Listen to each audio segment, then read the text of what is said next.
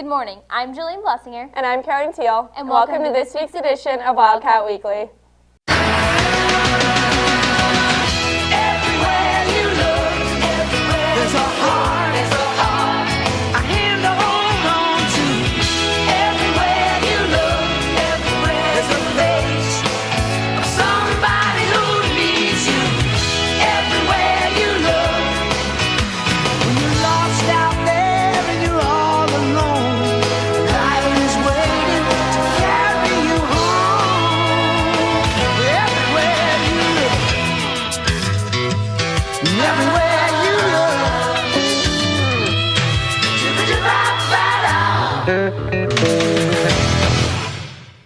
Good luck to BPA members as they attend the State Leadership Conference starting this Sunday. These students will be competing in a wide variety of business categories for the chance to go to the national conference later this year. JHS will be hosting an SAT on May 7th. See your guidance counselor if you need assistance registering. Seniors that plan on attending the academic banquet on April 22nd need to see Ms. Shum. It's officially March Madness time, so here's Austin Hope with a recap of Tuesday night's basketball game versus Washington. Tuesday night, the Jasper Wildcats took on the Washington Hatchets in the first round of sectionals.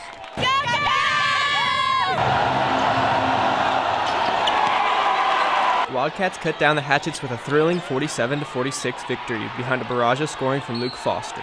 Tyler Nottingham forced a key Hatchet turnover with 5 seconds to go, and Hunter Gossett hauled in a late inbound pass to seal the game. After the victory, I talked to a couple of the seniors about how they felt going into the final seconds of the game. Forward Alex Allen said he was excited going into the closing seconds of the game and that he was happy to pull off a close victory against the Washington team that defeated the Wildcats earlier in the season. Going into the last 40 seconds, I wouldn't say I was nervous, but excited because last game was close, and I knew this one would be close, obviously, with that. And, we just found a way to get through it. Hunter had a nice jump ball / steal.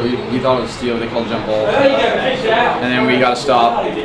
We got a rebound, that led to Hunter, and the game was over. So I thought that was pretty good. Despite winning a sectional game as a sophomore, Hunter Gossett says winning a sectional game as a senior is just a little bit more sweet.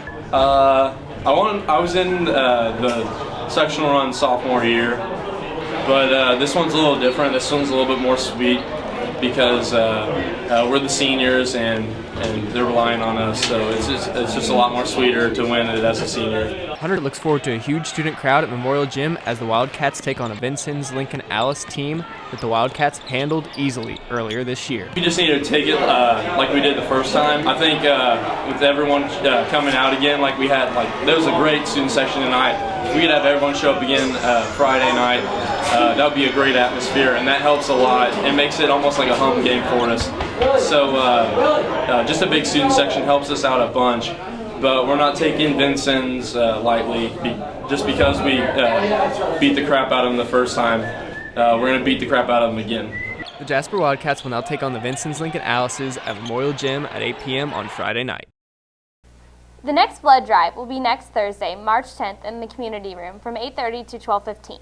See the nurse to sign up, and remember, this can be counted for service hours. Key Clubbers, there will be no meeting this Friday. If you're interested in running for a board position, see Mr. Dahl in room 508. Robots may or may not eventually take over the world, but if they do, it's possible that some dedicated, hardworking students here at JHS may be to blame. The Robotic Club heads to their first competition this weekend. Here's Curtis Hagan with more details. The Jasper Robotics team recently finished production on their latest robot. As a member of the team, I decided to talk with some of the members about what robotics is and how our performance will be this year. Robotics is the combination of taking and building a mechanical object and then programming that object to operate via computer control. Robotics is different in lots of ways. You don't really have a club other than motorsports that really is hands-on and making things. There's a lot of team effort, much like motorsports actually, but what makes it different from all the other teams is that we get a lot of hands-on experience. It makes you think about how something can be changed or for the better. I think you innovate a lot more. You have to come up with ideas about how to solve all these different types of problems. What I like about robotics is the hands-on experience and the learning opportunities that come with it.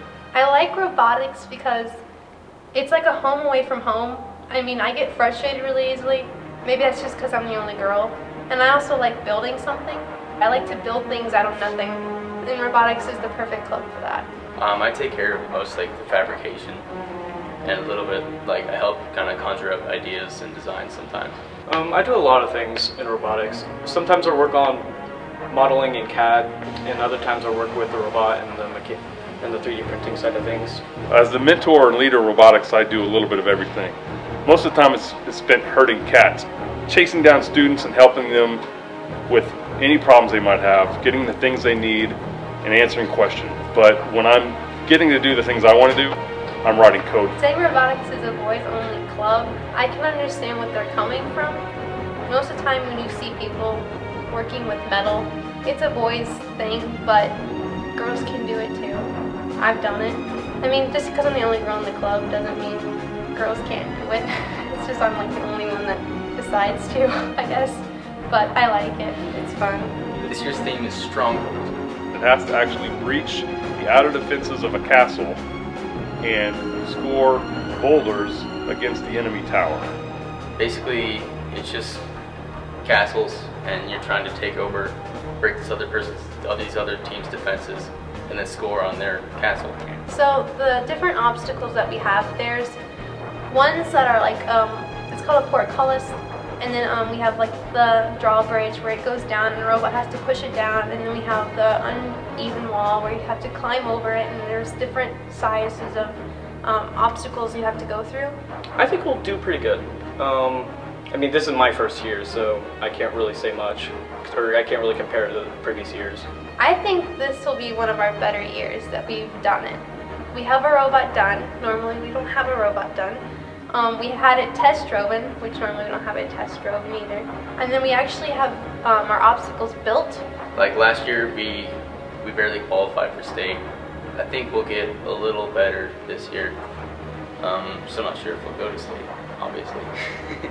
This year's robot's going to be awesome. We're going to kick butt. We're going to do great because we've got a better built robot and more tested than we've ever had before. The first regional is next week, March 11th through the 13th. This was Curtis Hagan with Wildcat Weekly. Prom will be held on April 9th from 8 to 11 p.m. Any junior who has not met the class obligation will pay a fee of $50. There's no charge for seniors, and there will not be a professional photographer this year. Reservations and guest registration forms can be found in the attendance office or Ms. Sheeter's room in 312. They are due no later back than next Friday, March 11th. You may have noticed that we are on a 2-hour delay schedule today. Here is Mr. Yoakum explaining exactly why.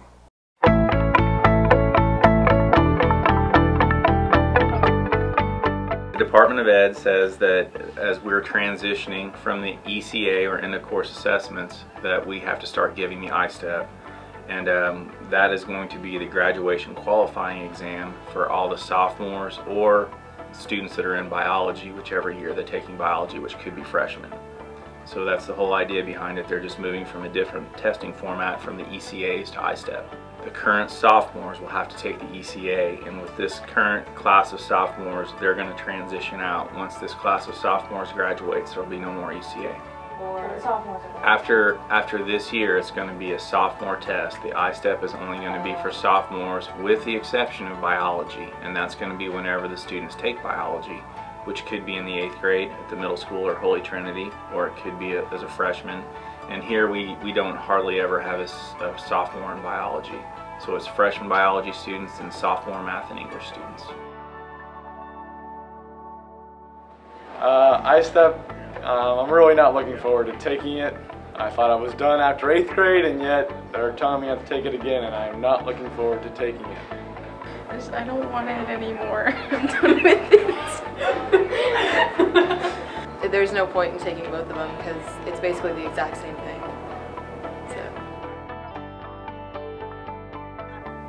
So glad. I don't want to be those people. I always hated taking I-STEP back in like grade school. I went to Ireland, which that's a plus because you get like little fruit cups and stuff. It's a pretty nostalgic feeling, but I-STEP itself is horrible. I hate it. On a side note though, the I-STEP is going away in 2 years. They're going to change the complete format of the test, so they're going to call it something different. But there will be some kind of test to take its place, I can assure you. Scholarship deadlines are approaching quickly. Check the JHS webpage frequently for the latest information. The FAFSA deadline is March 10th. FFA week was more than just seeing our fellow students driving tractors to school.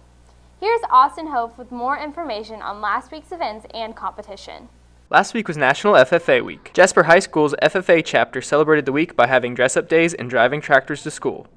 Jasper's agriculture teacher and FFA sponsor, Jared Helming, said FFA isn't just for students that want to become farmers and drive tractors to school. FFA is an organization for agriculture students. It's not just for farmers, as the name used to imply, Future Farmers of America.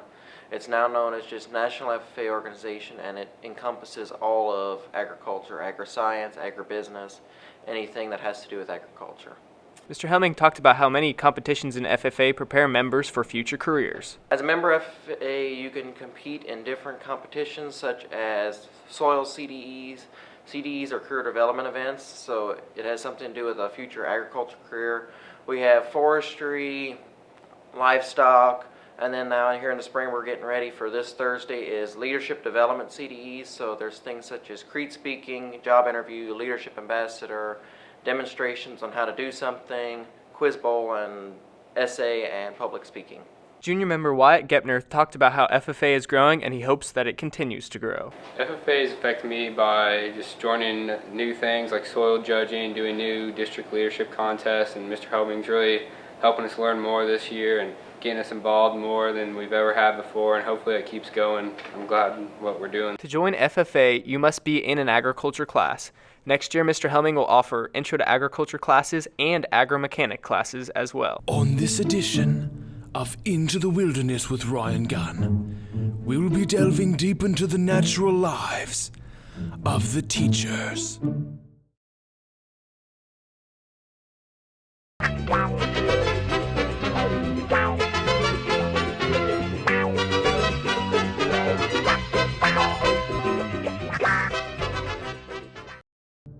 The teachers are the supreme ruler of each tribe in the school, known as Class A's. Their power is feudal in nature, and they utilize it to subjugate and control the lesser tribe members, known as Students, in exchange for land and authority. Membership of each Class A varies from time to time, as their mighty power struggles result in an hourly migration of tribal members, known as the Period of Passing. During the migrations, the teachers prepare themselves for the next period of their reign, preparing lessons of primitive indoctrination and mind control devices, the most notorious being the mighty can of Vass. These have little effect on the students, however, who prefer to use their phones when the teacher is not looking. Those that are caught by their teachers, however, face the unholy wrath of the mightiest of all tribe lords, the Prince of Pal, Wilson. Now, we have received rare footage of the estate of the Prince of Pal. Observe. Riveting. The Prince of Pal sends the most rebellious tribe members to a dark land known as the Tension of Day. Our host, Ryan Gunn, has once again found himself in the gaze of the majestic creatures we observe.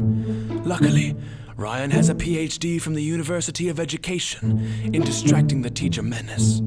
Let us observe his technique. I've told you 1,000 times that you need to... I want to thank the Academy. Flawlessly executed, Ryan. Unfortunately, Ryan was once again wrecked by the power of the teachers and forced to make a return to the hospital. So join us next time on the next edition of Into the Wilderness with Ryan Gunn.